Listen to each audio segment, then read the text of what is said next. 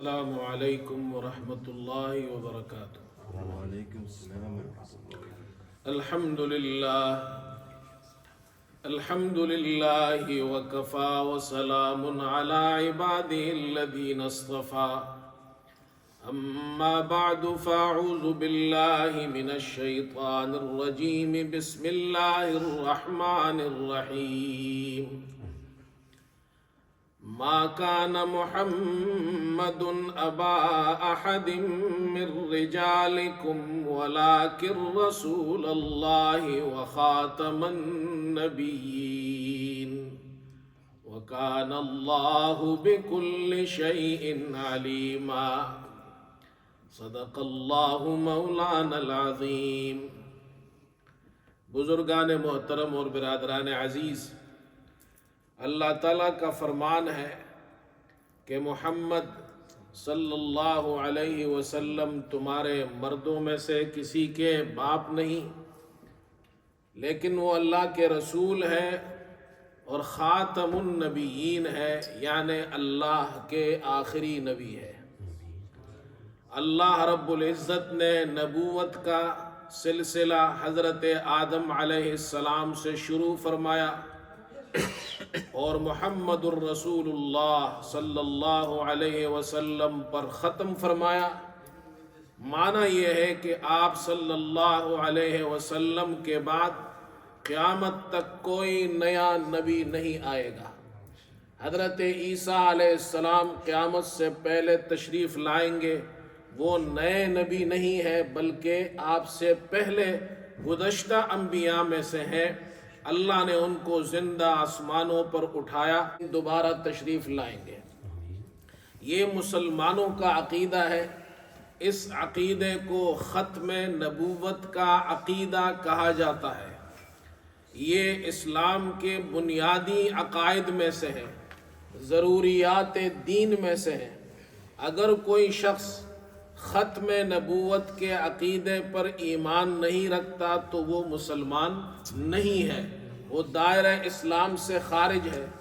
اگر وہ اسلام کے تمام عقائد کو مانتا ہے کوئی شخص، لیکن وہ اللہ کو ایک نہیں مانتا تو بھی مسلمان نہیں۔ ایک شخص کہتا ہے میں اسلام کی تمام باتوں کو مانتا ہوں، لیکن کہتے قرآن کو اللہ کا کلام نہیں مانتا، وہ بھی مسلمان نہیں۔ ایک شخص یہ کہے کہ میں سب کچھ مانتا ہوں، اسلام کی تمام باتیں مانتا ہوں، لیکن محمد صلی اللہ علیہ وسلم کو خاتم النبیین آخری نبی نہیں مانتا، وہ بھی مسلمان نہیں۔ یہ عقیدہ اتنا اہم اور بنیادی عقیدہ ہے کہ اللہ رب العزت نے اس عقیدے کا تحفظ فرمایا، اور تحفظ ختم نبوت یہ قرآن میں بھی ہے، رسول اللہ صلی اللہ علیہ وسلم کے فرمان میں بھی ہے۔ قرآن کریم میں اللہ رب العزت نے تقریباً 100 آیتیں ایسی نازل فرمائی۔ قرآن کی 100 آیات ہے جو یہ بیان کرتی ہیں کہ حضرت صلی اللہ علیہ وسلم اللہ کے آخری نبی ہے، اللہ کے آخری رسول ہے۔ اللہ نے قرآن پاک میں عقیدہ ختم نبوت کا تحفظ فرمایا ہے۔ یہ آیت کریمہ جو میں نے آپ کے سامنے پڑھی، اللہ تعالیٰ فرماتے ہیں محمد صلی اللہ علیہ وسلم تمہارے مردوں میں سے کسی کے باپ نہیں۔ ما کان محمد ابا احد من رجالکم ولکن رسول اللہ وخاتم النبیین، لیکن وہ اللہ کے رسول اور خاتم النبیین ہے۔ دو قراتیں ہیں، ایک قرات ہے خاتم النبیین، ایک قرات ہے خاتم النبیین۔ خاتم اور خاتم کے دو معنی آتے ہیں، ایک معنی آتا ہے آخر النبیین، آخری نبی، ایک معنی آتا ہے مہر کے، آپ تمام انبیاء کی مہر ہے۔ اور مہر اس لیے کہا ہے کہ عربی زبان کے اندر خاتم مہر کو کہتے ہیں، اور یہ معنی زیادہ بلیغ ہے اس لیے کہ مہر اور سیل ہمیشہ آخر میں لگائی جاتی ہے۔ جب مہر لگ جاتی ہے، خط لکھتے ہیں آخر میں مہر لگاتے ہیں، اب معنی یہ جو کچھ اس خط کے اندر ہے وہ اس سے باہر نہیں نکل سکتا، اور باہر والی کوئی چیز اندر داخل نہیں ہو سکتی ہے۔ اللہ تعالیٰ نے قرآن میں فرمایا ختم اللہ علی قلوبہم، اللہ نے کفار کے دلوں پر مہر لگا دی. معنی یہ ہے کہ اب ایمان ان کے دل میں داخل نہیں ہو سکتا. اللہ قرآن میں فرماتے الیوم نختم علی افواہہم، قیامت میں اللہ کفار اور مشرکین کے منہ پر مہر لگا دیں گے، وہ منہ زبان ان کی بات نہیں کر سکے گی. معنی یہ جب مہر لگ جائے گا اندر سے کوئی لفظ باہر نہیں آئے گا. تو مہر کا معنی یہ ہے محمد صلی اللہ علیہ وسلم تمام انبیاء کی مہر ہے، یعنی آپ صلی اللہ علیہ وسلم کے بعد اب کوئی نیا نبی نہیں آئے گا، انبیاء کی جماعت میں اب کوئی داخل نہیں ہو سکتا ہے. جو اندر انبیاء ہے وہ تمام کے تمام انبیاء ہے، اور اس مہر کے بعد اب کوئی نیا نبی نہیں آئے گا. قرآن پاک میں اللہ تعالیٰ فرماتے ہیں یہ دین اللہ نے کامل فرمایا، اب اس دین کے بعد کوئی دوسرا دین نہیں آئے گا، کوئی نئی شریعت نہیں آئے گی. فرمایا الیوم اکملت لکم دینکم واتممت علیکم نعمتی ورضیت لکم الاسلام دینا. آج کے دن یہ حج کے موقع پر عرفات کے میدان میں عرفے کے دن حضرت صلی اللہ علیہ وسلم پر آیت نازل ہوئی، آج کے دن میں نے تمہارے لیے دین کامل کر دیا، مکمل کر دیا، اپنی نعمت تم پر تام کر دی، دین اسلام پر تم سے راضی ہو گیا. اب یہ دین مکمل ہو گیا ہے، اب یہ دین قیامت تک رہے گا. یہ قرآن قیامت تک باقی رہنے والی کتاب ہے. محمد صلی اللہ علیہ وسلم کی نبوت قیامت تک رہے گی. یہ امت آخری امت ہے اور یہ قیامت تک رہے گی. اب اس امت کے بعد کوئی نئی امت آنے والی نہیں، آپ کی نبوت کے بعد کوئی نبوت آنے والی نہیں، قرآن کے بعد کوئی کتاب آنے والی نہیں، شریعت کے بعد اس شریعت کے بعد کوئی نئی شریعت آنے والی نہیں. پھر حضرت صلی اللہ علیہ وسلم نے اپنے اقوال سے، احادیث سے عقیدہ ختم نبوت کا ایسا تحفظ فرمایا کہ آپ کی احادیث میں 200 احادیث اس عقیدہ ختم نبوت کو بیان کرتی ہے. آپ صلی اللہ علیہ وسلم نے ایک حدیث میں ارشاد فرمایا ان مثلی ومثل الانبیاء من قبلی، میری اور گزشتہ انبیاء کی مثال ایسی ہے کمثل رجل بنا بیتا فاحسنہ واجملہ، ایک شخص نے گھر بنایا، بہت خوبصورت بنایا، اور پھر اس خوبصورت گھر کے بارے میں آپ نے فرمایا الا موضع لبنۃ من زاویۃ فجعل الناس یطوفون به ويعجبون له ويقولون هلا وضعت هذه اللبنة فانا اللبنة وانا خاتم النبیین. آپ نے فرمایا ایک شخص نے گھر بنایا، بہت خوبصورت گھر بنایا، ایک جگہ کونے میں ایک اینٹ چھوڑ دی، لوگ آئے اس گھر کو دیکھ رہے ہیں اور گھر کو دیکھنے کے بعد تعجب کرتے ہوئے کہتے ہیں یہ ایک اینٹ کی جگہ کیوں خالی باقی ہے. آپ نے فرمایا وہ اینٹ میں ہوں اور میں خاتم النبیین ہوں، میرے بعد اب اس محل کے اندر کوئی اضافہ نہیں ہو سکتا ہے. یہ نبوت کا محل کمپلیٹ ہو گیا ہے. اللہ رب العزت نے تحفظ ختم نبوت کا ایسا انتظام فرمایا کہ حضرت صلی اللہ علیہ وسلم کے ذریعے یہ اعلان فرما دیا کہ آپ آخری نبی ہیں. پر صحابہ اکرام کے ذریعے اللہ تعالیٰ نے ایسا انتظام فرمایا کہ تمام صحابہ نے اس عقیدے کا تحفظ فرمایا. آپ صلی اللہ علیہ وسلم کے زمانے میں 2 آدمی ایسے تھے جنہوں نے جھوٹی نبوت کا دعویٰ کیا. ایک کا نام اسود عنسی، یہ یمن کا تھا، نام اس کا عیہلہ تھا، اس کو ذوالخمار کہتے تھے. کہتے وہ بہت کالا تھا، سیاہ تھا، تو وہ ایک نقاب اوڑھ کر باہر نکلتا تھا، اس لیے نام پڑ گیا ذوالخمار. ایک نام اس کا لقب تھا ذوالحمار، گدے والا، اور اس کا ایک گدھا تھا جو اس نے سدایا ہوا تھا، اور وہ اپنے لوگوں کو کرتب دکھایا کرتا تھا اور کہتا تھا دیکھو اس گدھے کو. گدھے سے کہتا تھا کھڑا ہو جاؤ تو گدھا کھڑا ہو جاتا تھا، بیٹھ جاؤ تو بیٹھ جاؤ. کہتا اپنے آقا کو سجدہ کرو تو وہ سجدہ کرتا تھا. کہتے دیکھو پھر وہ جناب کیا ہے، اس نے نبوت کا دعویٰ کیا اور یمن کے اندر مسلمانوں پہ ظلم کیا، ان علاقوں کو قبضہ کیا، وہاں کے مسلمان حاکم کی بیوی کو لے کر قید کیا۔ فیروز دیلمی وہ اس عورت اور اس خاتون کا چچا زاد بھائی تھا، یہ مسلمان تھے۔ حضرت صلی اللہ علیہ وسلم کے ذریعے ان کو خط ملا کہ اس فتنے کو ختم کیا جائے۔ فیروز دیلمی نے اس کے محل میں گھس کر، اس کے گھر میں گھس کر ایسا پلان بنایا اپنی چچازاد بہن کے ساتھ مل کر جو اس کے قید میں تھی، ایسا پلان بنایا کہ اس کے گھر میں گھس کر اسے ختم کر دیا۔ یہ فتنہ ختم ہو گیا۔ آپ صلی اللہ علیہ وسلم مدینے میں ہیں، وہاں فیروز دیلمی نے اس کے گھر میں گھس کر اس کا کام تمام کیا۔ آپ صلی اللہ علیہ وسلم مدینہ منورہ میں، اللہ نے وحی بھیج کر آپ کو خبردار کیا کہ اسود عنسی ختم ہو گیا ہے۔ آپ نے صحابہ کو بتایا، صحابہ نے کہا کس نے اسے قتل کیا؟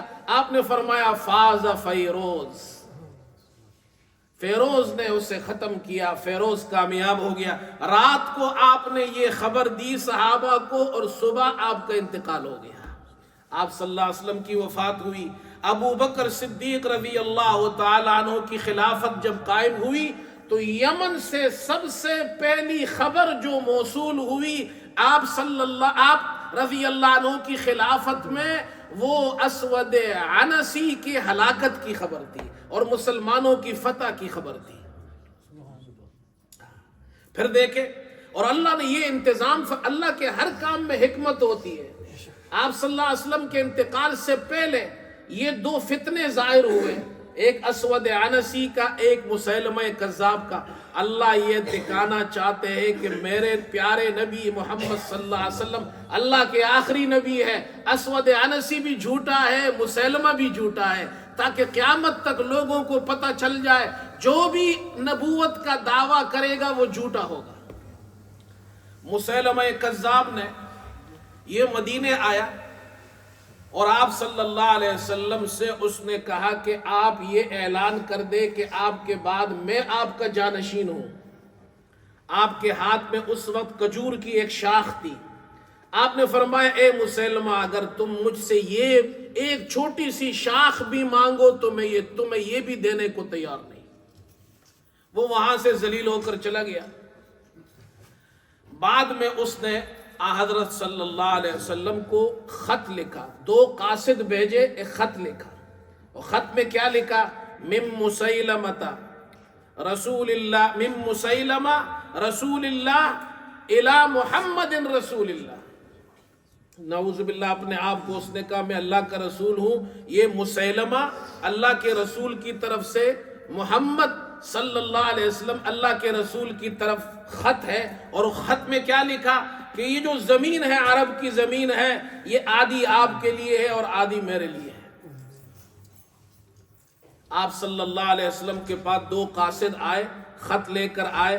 آپ نے فرمایا اگر قاصدوں کو قتل نہیں کیا جاتا تو میں تم دونوں کو قتل کرنے کا حکم دیتا۔ اور فرمایا پھر خط لکھا،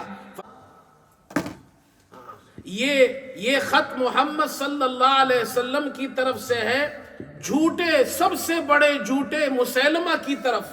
فرمایا ان الارض للہ یورثها من یشاء من عبادہ، زمین اللہ کی ملکیت ہے، اللہ جسے چاہے اس کا وارث بنا دے، تمہیں اس زمین میں کوئی حصہ نہیں ملے گا۔ اور یہ مسیلمہ پھر ابو بکر صدیق رضی اللہ تعالیٰ عنہ کے زمانے میں جب آپ کی خلافت کا دور آیا، مسیلمہ نے نبوت کا دعویٰ کیا، مسلمانوں کے خلاف اقدام کیا۔ حضرت ابو بکر صدیق رضی اللہ عنہ نے خالد بن ولید رضی اللہ عنہ کی امارت کے اندر لشکر بھیجا، یمامہ کے اندر جنگ ہوئی اور اس جنگ میں 1200 صحابہ شہید ہوئے، جس میں 700 صحابہ وہ تھے جو حفاظ تھے، قرآن کے حافظ تھے، اور وہ فتنہ ختم ہوا۔ اللہ رب العزت نے اس دور میں یہ دکھایا، اور آپ صلی اللہ علیہ وسلم کے ذریعے اور صحابہ کے ذریعے، تاکہ سب کو پتہ چل جائے کہ محمد صلی اللہ علیہ وسلم کا اعلان یہ ہے کہ میں آخری نبی ہوں۔ صحابہ کا اجماع یہ ہے، سب سے پہلا اجماع یہ ہے کہ مسیلمہ جھوٹا ہے اور محمد صلی اللہ علیہ وسلم اللہ کے آخری نبی ہے۔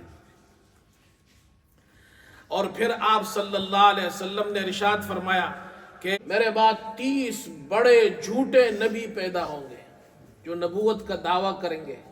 وہ کہیں گے ہم اللہ کے رسول ہیں. آپ نے فرمایا کہ وہ جھوٹے ہیں، میں اللہ کا رسول اور آخری نبی ہوں. اور یہ ایسا عقیدہ ہے ختم نبوت کا عقیدہ کہ اس میں مسلمانوں میں کوئی اختلاف نہیں.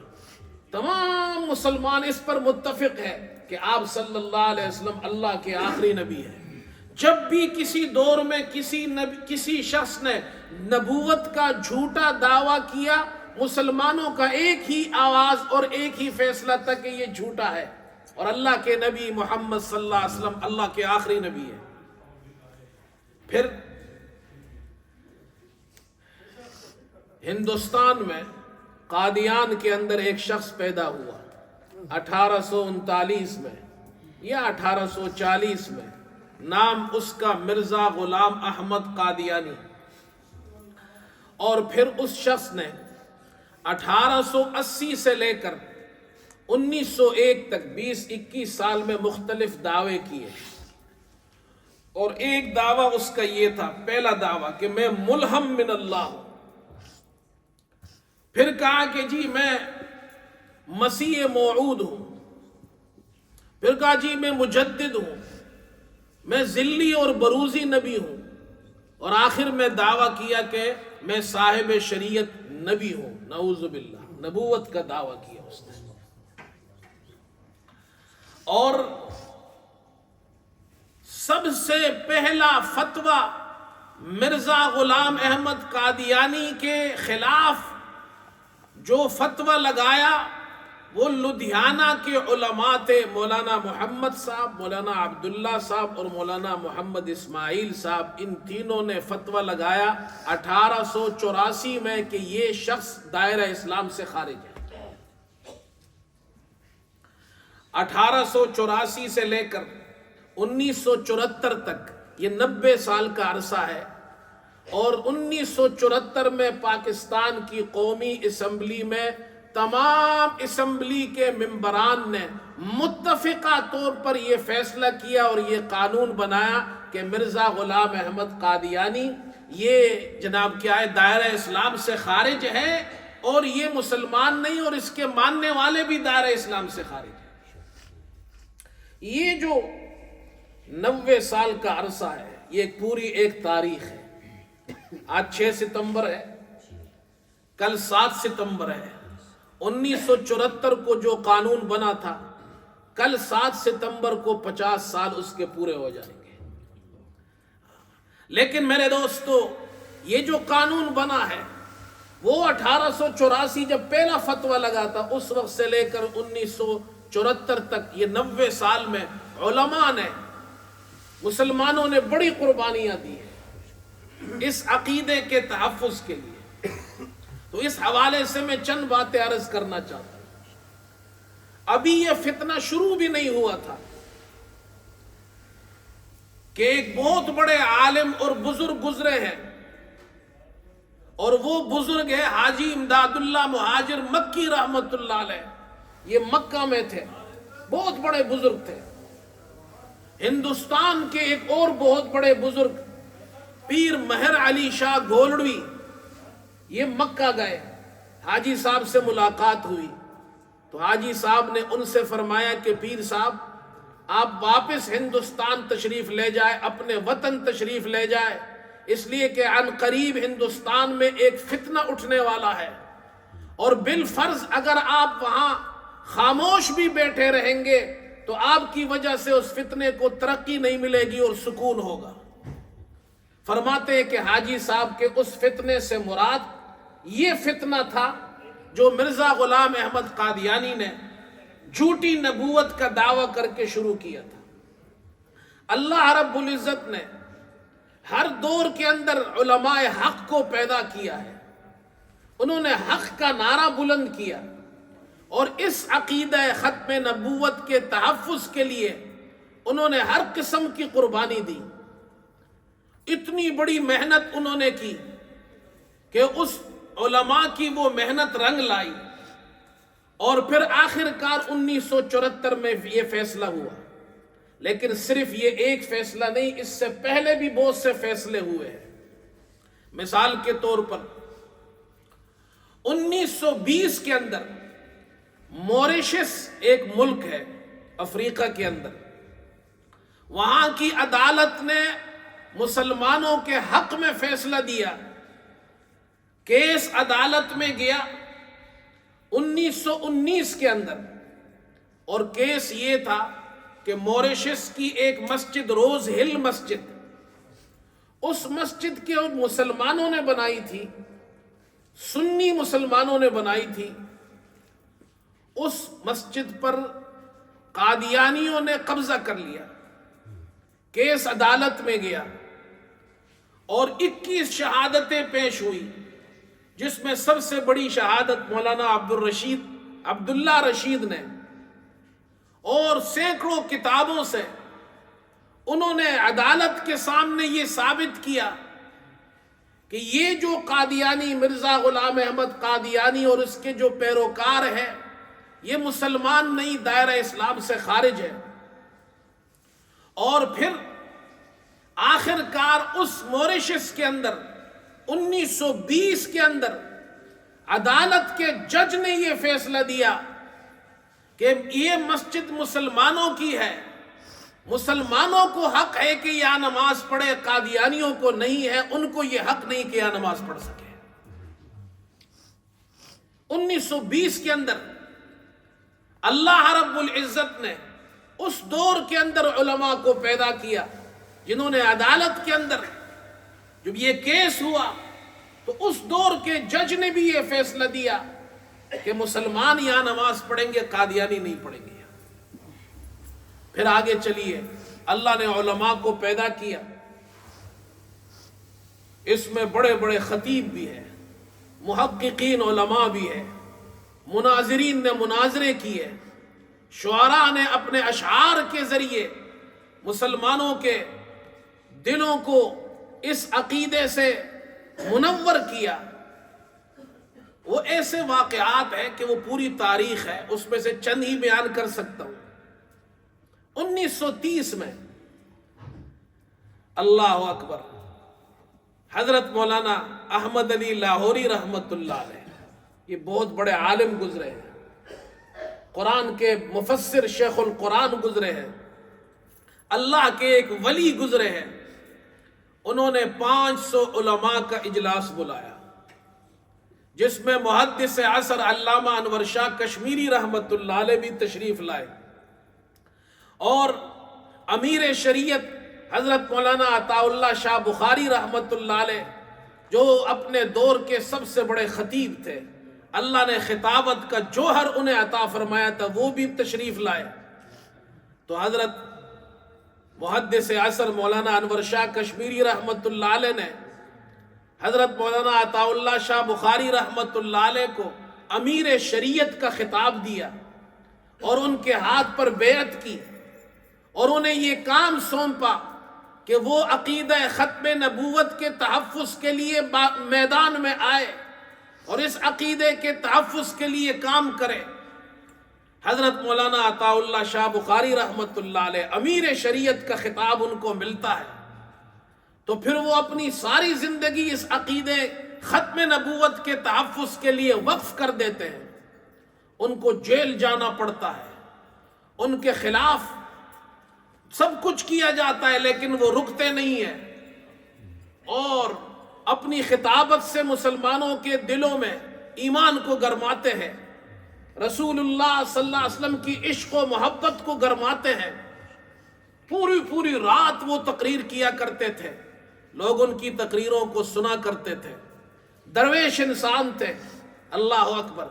ایسے کپڑے وہ پہنتے تھے جس میں کئی پیوند لگے ہوتے تھے۔ آپ لوگوں نے اگر شاہ صاحب کی تصویر دیکھی ہو، خوبصورت چہرہ، وہ سید تھے، اور بڑی زلفیں، اللہ نے صورت بھی خوبصورت عطا کی تھی، سیرت بھی خوبصورت تھی، آواز بھی خوبصورت تھی۔ ان کے بارے میں کہا جاتا ہے ان کی آواز میں جادو تھا، جب وہ قرآن پڑھتے تھے تو لوگ جناب آپے سے باہر ہو جاتے تھے۔ شاہ صاحب کی تقریر ہو رہی ہے، اور حالت یہ تھی کہ لباس میں پیوند لگے ہوئے، سر پر ٹوپی نہیں پہنتے تھے۔ شورش کاشمیری جو ان کے بڑے عاشق تھے، وہ فرماتے ہیں کہ شاہ صاحب ٹوپی اس لیے نہیں پہنتے کہ ایک مرتبہ جیل میں بند ہوئے، گرفتار ہوئے، جب جیل میں گئے تو جیلر ظالم نے ہاتھ بڑھا کر آپ کی ٹوپی آپ کے سر سے اتارنی چاہی، تو آپ نے اس کا ہاتھ پکڑ لیا، ٹوپی اتارنے نہیں دی، اور پھر اپنی ٹوپی اتار کر خود اس کو ہاتھ میں دی۔ فرمایا جس دن سے میں نے اپنی ٹوپی اتار کر جیلر کو خود ہاتھ میں دی ہے، اس کے بعد سے میں نے ٹوپی سر پر نہیں رکھی ہے۔ اور اللہ کا قرآن بیان کرتے تھے، رسول اللہ صلی اللہ علیہ وسلم کے عقیدے کے لیے زندگی وقف کر دی۔ اور ایک مرتبہ قادیان کے اندر ایک کانفرنس ہوئی، تبلیغ کانفرنس مسلمانوں نے رکھی، شاہ صاحب نے تقریر کی، اور ایسی تقریر کی کہ عشاء کے وقت سے تقریر شروع کی اور فجر کی اذان تک تقریر کی آپ نے۔ جو آپ کے مخالفین تھے، یہ واقعہ ہے 1934 کا، مخالفین نے کیس دائر کر دیا، پاکستان بننے سے پہلے کی بات ہے، اس وقت انگریز کی حکومت تھی، کیس دائر ہوا آپ کے خلاف، عدالت میں کیس گیا، آپ کیس لڑنے کے لیے عدالت میں تشریف لے گئے، مسلمانوں کی طرف سے بھی وکیل، ان کی طرف سے بڑے بڑے وکیل آئے کہ انہوں نے جناب تقریر کی ہے، یہ باتیں کی ہے، لیکن اللہ کی قدرت دیکھے، اللہ نے شاہ صاحب کو اس عدالت کے اندر بھی عزت عطا فرمائی، اور مخالفین کو اللہ نے ذلیل کیا، رسوا کیا۔ کیسے رسوا کیا؟ انہوں نے ان کے خلاف کیس کیا، عدالت نے یہ حکم تو دے دیا کہ شاہ صاحب کو 6 مہینے کی قید، 6 مہینے کی قید کا حکم دے دیا، لیکن وہ جو جج تھا، اللہ اکبر، جی ڈی کوسلا، مسلمان نہیں ہے، اس نے فیصلہ، عجیب فیصلہ دیا، اور مخالفین کے اعمال اور کرتوت کو، ان کی جناب جو بھی جناب سیاہ کرتوت تھے، وہ اول سے آخر تک سارے کرتوت بیان کر دیے، اور ان کے کرتوت بیان کرنے کے بعد کہا کہ جن لوگوں نے شاہ صاحب پر کیس کیا ہے، ان کی اپنی حالت یہ ہے، انہوں نے یہ ظلم کیے ہیں، یہ برے کام کیے ہیں، یہ سیاکاریاں کی ہے، اس لیے شاہ صاحب یہاں آئے ہیں، انہوں نے تقریر کی ہے، اگرچہ ان کو 6 مہینے کی سزا ملی ہے، لیکن ان واقعات کی وجہ سے جو مخالفین کی وجہ سے ہوئے ہیں، جج نے کہا میں یہ حکم نافذ کرتا ہوں کہ میں شاہ صاحب کے اس قید کو، اور جو ان پر قید 6 مہینے کی قید کا حکم ہوا ہے، اس میں نرمی کر کے میں یہ حکم دیتا ہوں کہ شاہ صاحب کو عدالت کی جو ابھی کارروائی ہو رہی ہے، اس کے اختتام تک یہ قیدی ہے، جیسے ہی اختتام ہوگا تو یہ قید سے بری ہو گئے۔ اللہ اکبر، یہ شاہ صاحب تھے، اور شورش کاشمیری کہتے ہیں اللہ اکبر، شاہ صاحب کی حالت یہ تھی کہ جب پاکستان بنا تو حکومت کی طرف سے ہر سال لوگ حج پر جاتے ہیں۔ شورش کاشمیری، میں نے یہ پڑھا، انہوں نے ایک کتاب لکھی تھی، طالب علمی کے زمانے میں میں نے وہ ایک رسالہ پڑھا، شاہ جی کے جواہر پارے، اس طرح غالباً کوئی نام تھا، اس میں لکھا کہ شاہ صاحب سے حکومت نے کہا ہم آپ کو حج پر بھیجتے ہیں، وہ تو اللہ والے بندے تھے، ان کے پاس تو اتنا انتظام نہیں تھا کہ خود جاتے، حکومت نے کہا ہم آپ کو حج پر بھیجتے ہیں، کہا میں کیسے حج پر جاؤں، میں حج پر جاؤں گا، حج کے بعد میں رسول اللہ صلی اللہ علیہ وسلم اپنے نانا کے روزے پر جاؤں گا، نانا کے روزے پر جا کر جب میں سلام پیش کروں گا، اگر نانا نے مجھ سے پوچھ لیا اے عطا اللہ تو یہاں مجھ پر آ کر مجھے سلام کہہ رہا ہے، پاکستان کے اندر ایسے لوگ ہیں جو عقیدہ ختم نبوت کے مخالف ہیں، وہ جناب کیا ہے، اس عقیدہ ختم نبوت کے تحفظ کی ضرورت ہے، لوگوں کے ایمان کی حفاظت کی ضرورت ہے، تو سب کو چھوڑ کر یہاں سلام کرنے آیا ہے، تو میں کیا جواب دوں گا اپنے نانا کو؟ میرے دوستو، علماء نے بڑی قربانیاں دی ہیں، شاہ صاحب کی بڑی قربانی ہے، شاہ صاحب کا وہ قرآن پڑھنا اور رسول اللہ صلی اللہ علیہ وسلم کے عشق کو بیان کرنا تھا، وہ تقریریں تھی، ہاں اس کے پیچھے یہ ساری محنتیں تھی۔ مولانا ظفر علی خان نے کہا تھا، اللہ اکبر، کانوں میں گونجتے ہیں بخاری کے زمزمے، اللہ اکبر، کانوں میں گونجتے ہیں بخاری کے زمزمے۔ جب شاہ صاحب تقریر کرتے تھے، اللہ اکبر، پوری رات قرآن بیان کرتے تھے، عقیدہ ختم نبوت کو بیان کرتے تھے، تو مولانا ظفر علی خان فرماتے ہیں کانوں میں گونجتے ہیں بخاری کے زمزمے، کانوں میں گونجتے ہیں بخاری کے زمزمے، بلبل چہک رہا ہے ریاض رسول میں، اللہ اکبر۔ یہ قربانیاں تھی۔ پھر آگے چلیے، ایک اور فیصلہ ہوا، مقدمہ باولپور اسے کہا جاتا ہے، 1926 میں شروع ہوا، 1935 میں ختم ہوا۔ باولپور کے اندر ایک مسلمان عورت تھی، اس کا نام عائشہ تھا، ایک شخص سے اس کا نکاح ہوا اور اس کا نام عبد الرزاق تھا، اور یہ شخص بعد میں قادیانی ہو گیا۔ اس خاتون نے، وہ جو نیک خاتون تھی، مسلمان تھی، اس نے عدالت میں کیس دائر کیا کہ ہمارے اس نکاح کو ختم کیا جائے، اس لیے کہ میں مسلمان ہوں اور یہ مسلمان نہیں ہے۔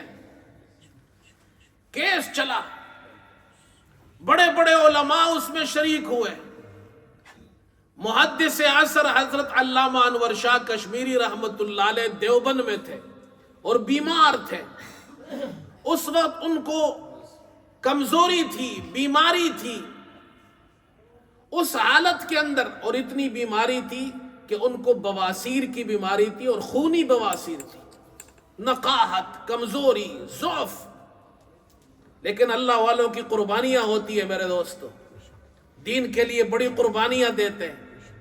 شیخ الجامعہ باولپور کے شیخ الجامعہ نے خط لکھا، شاہ صاحب کو خط ملا، آپ باولپور تشریف لائے، آپ نے وہاں جمعے کا خطاب فرمایا، فرمایا میں بیمار تھا اور نقاہت اور کمزوری تھی، ضعف تھا، دیوبند سے میں ڈابیل کے لیے سفر کرنے والا تھا، مجھے شیخ الجامعہ کا خط ملا کہ یہاں باولپور میں ایک مسئلہ آیا ہے اور عدالت میں یہ کیس لگا ہوا ہے، آپ کو وہاں شہادت کے لیے آنا ہے۔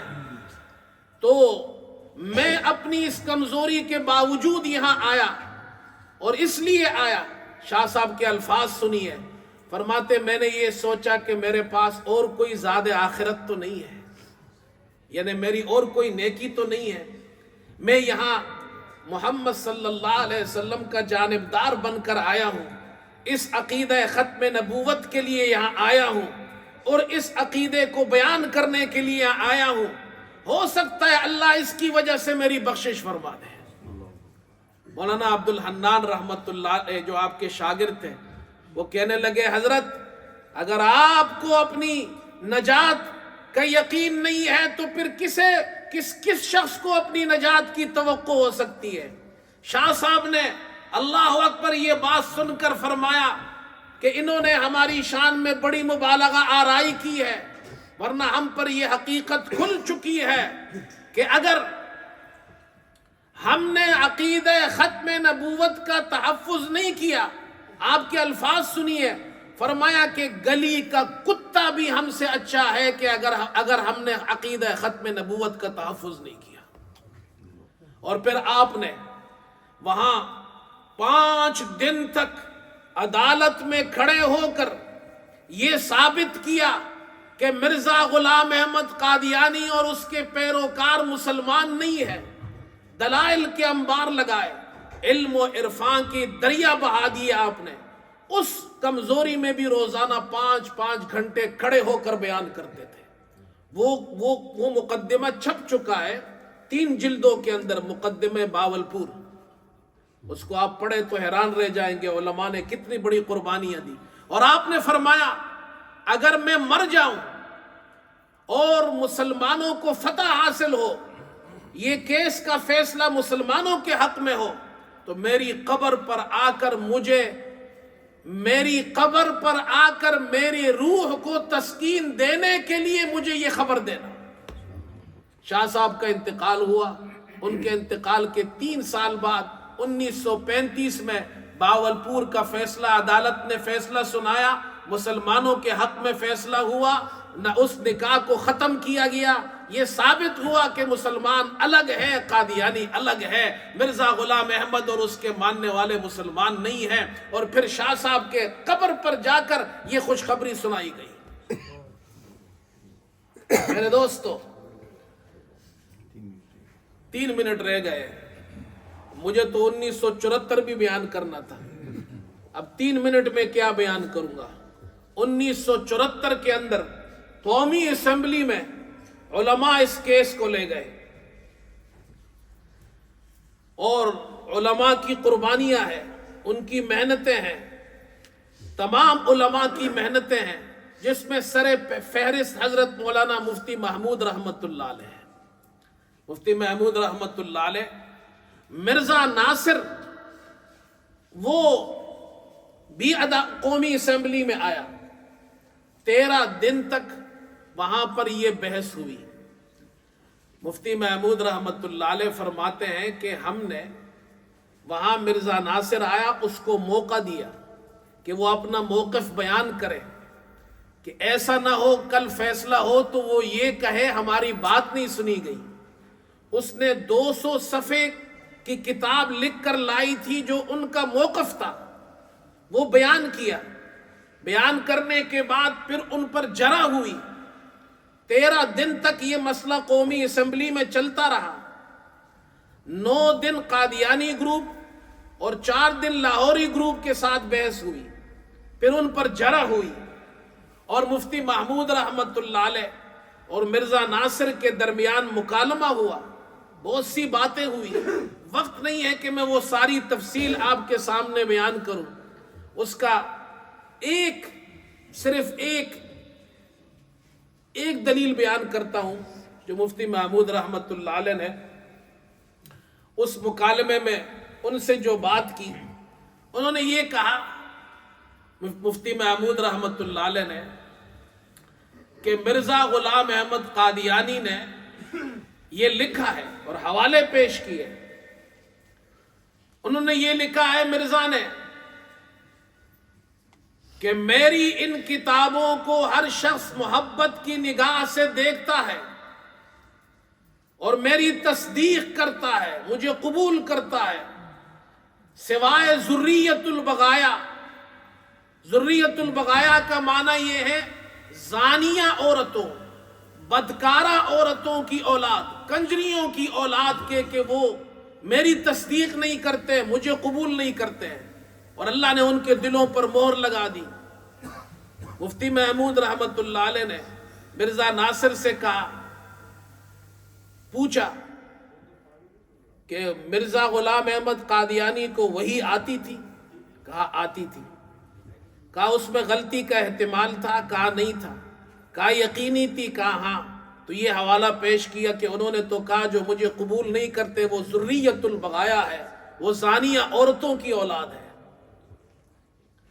تو اس نے کہا کہ یہ بغایا بغاوت سے ہے، اس کا معنی ہے سرکشوں کی اولاد۔ مفتی صاحب تو عالم دین تھے، بہت بڑے عالم تھے، بہت بڑے فقیہ تھے، اللہ نے علم انہیں عطا کیا تھا۔